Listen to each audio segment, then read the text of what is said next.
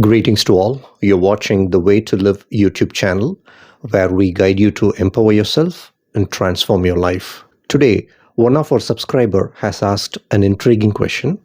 Are suicide deaths already written in destiny? When we hear the word destiny or fate, what comes to our mind? We often believe that fate is written by God. Whatever is written will only happen. Destiny means it's already decided. We cannot do anything beyond the destiny. We cannot change the fate or go against the fate, etc. Now, if someone commits suicide, a natural question arises. Was this already written in their fate? If fate did not include this event, then how did it happen? Or even if it was indeed written that this person must die by suicide, then even if they wanted to live, did fate force them to take this decision suddenly? Such thoughts come into our minds, don't they? Especially when you're a seeker. You see, when we feel sad about our loved ones who have died by suicide, what confuses the most is the different opinions given by spiritual peoples or gurus or astrologers. One might say that they completed their destiny, so they died. Another may say they still have life left in their destiny, but they died before it was meant to end. Then this creates confusion. If fate decides everything, then how can someone die before their fate ends? If we look at this from a human point of view or a societal perspective, only confusion will remain and we will never find an answer. To understand this deeply, we need soul's wisdom. Watch this video carefully. After the end of this video, you will realize that you have grown in spirituality significantly. It is my personal assurance. This video is made to share that wisdom, clear your doubts, and bring clarity and peace to your mind. Please understand, destiny is not a one-way road. If only what is written must happen, then whatever we do is neither good nor bad. Even if we kill someone, it cannot be a mistake because it's already written. Is this logical? No, right? Is this making sense? No. Destiny is not a one-way road. Destiny is not like a computer program, and we are not robots also. Destiny includes many possibilities and opportunities. These are called parallel realities within the destiny. It gives us chances to achieve whatever we can imagine. So, we have the free will to make our own choices, and we create our own consequences as well within the destiny. To learn more about the parallel realities, watch my other video, Did Your Loved One Die Before Their Time? The Truth About Destiny. But let's now stick to the point whether destiny has forced someone to commit suicide. To understand destiny's role in suicide, let's first understand the nature of God and nature of existence first. Number one, God is unconditional love and the creator of infinite destinies. Everything that can be imagined or beyond your imagination already exists. Creation is infinite. Number two, God does not interfere or influence his creations. Even though God is the creator, he does not insist, he does not influence or nor interfere with creation. Every soul has absolute free will to choose its own destiny. Just as God has free will to create, so do souls has free will to choose. Number three is soul chooses a destiny, but human or human ego personality has free will too. Even after a soul selects a specific destiny to explore, it does not force the human ego personality to follow it exactly. Instead, the human ego personality has free will to make its own choices and explore life in its own way. A simple example I'll tell you, it's a video game analogy. Imagine that God is the programmer and designer of all video games, called destinies. Each and every game is like each and every destiny, while the soul chooses one of the games to play. However, unlike a video game character that must act according to the joystick movements, the human personality is not fully controlled by the soul.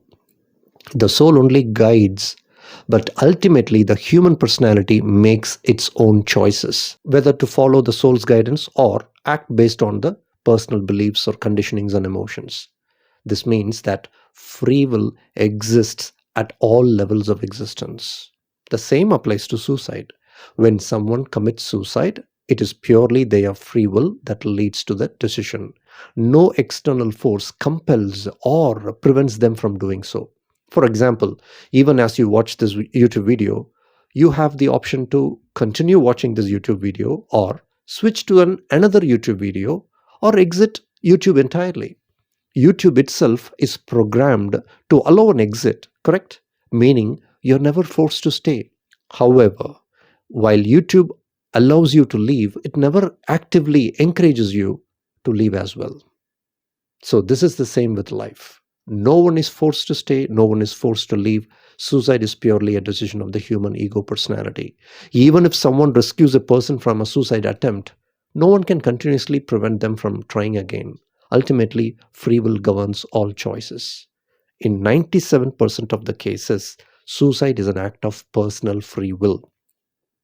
97% only. However, in 3% of cases, suicide must be understood from a different perspective.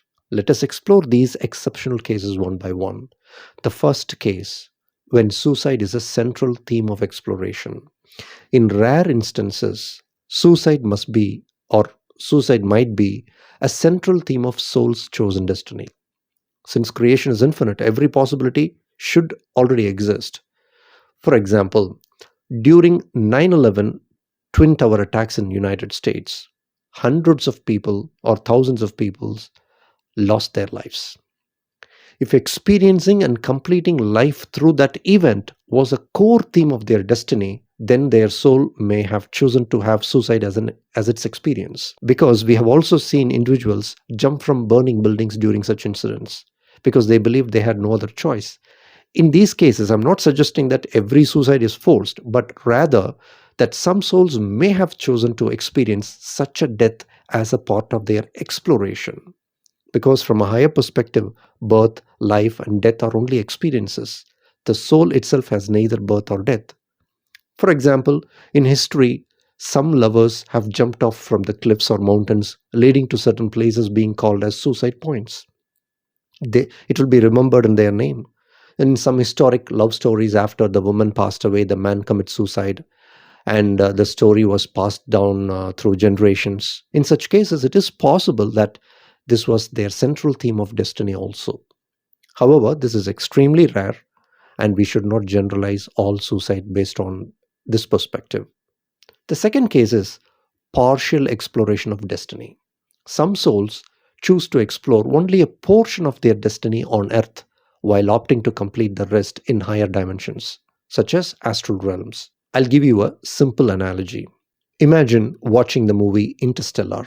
It was released 10 years before. You have already watched the full movie, but you were so inspired by the first half that you want to experience certain scenes in the theater. However, if you find the second half ordinary, you might choose to watch only the first half in the theater and complete the rest at home on DVD.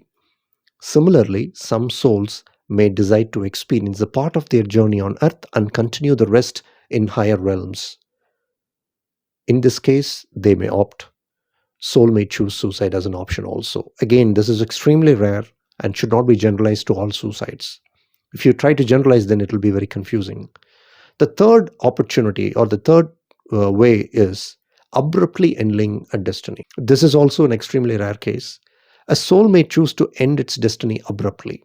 A soul may initially choose to explore a certain destiny, but due to higher spiritual reasons or deeper soul evolution or contractual changes, it may decide not to continue the experience and exit suddenly.